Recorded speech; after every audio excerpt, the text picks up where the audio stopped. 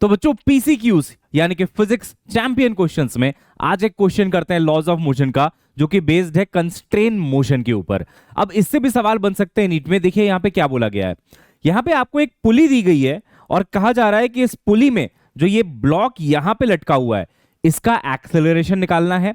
अगर आपको ये गिवन है कि पुली जो है वो ए एक्सेलरेशन से ऊपर जा रही है, दूसरी साइड आप देखेंगे तो ये जो स्ट्रिंग है वो यहां पे बिल्कुल फिक्स्ड है, तो हमें बताना है what is the acceleration of block ए।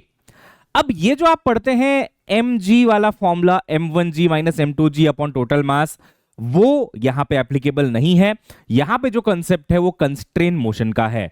यहां पे आपको एक फॉर्मूला याद रखना है कि अगर आपको पुली का एक्सेलरेशन ap गिवन है और आपको एक्सेलरेशन ऑफ ए गिवन है वन साइड का block, acceleration of be given है दूसरे साइड के ब्लॉक का एक्सेलरेशन, तो बेटा पुली का जो एक्सेलरेशन होता है वो ए का एक्सेलरेशन प्लस बी का एक्सेलरेशन डिवाइडेड बाय 2 होता है।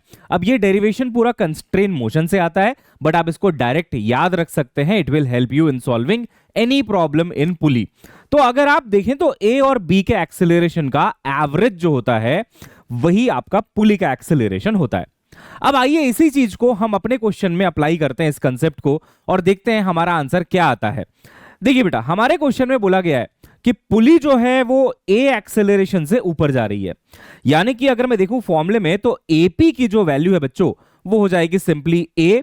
अब क्योंकि देखिए यहां पे मैंने वेक्टर भी लगा रखा है तो ऊपर जाने का मतलब हुआ पॉजिटिव, तो मैं लिखूंगा यहां पे plus A is equal to, अब एक्सेलरेशन ऑफ ए मुझे निकालना है, ये मुझे नहीं पता कितना है तो उसको मैं सीधा एक्सेलरेशन ऑफ ए ही लिख देता हूं। अब जो बी है वहां पे कोई अगर ब्लॉक होता तो उसका एक्सेलरेशन दिया होता आपको, बट बी वाली जो स्ट्रिंग है उसको सीधा यहां पे फिक्स कर दिया गया है, यानी कि बी कैन नॉट मूव, तो बी का एक्सेलरेशन आपको इस केस में 0 ले लेना चाहिए। हालांकि ब्लॉक भी हो सकता था इधर, तो ब्लॉक का एक्सेलरेशन मान लो 2, 3, 4 जो भी दिया होता वो आप यहां पे रख देते बी के एक्सेलरेशन के जगह पे, बट क्योंकि यहां पे फिक्स्ड है तो मैं इसको 0 ले लेता हूं, ये 0 हो गया डिवाइडेड बाई 2।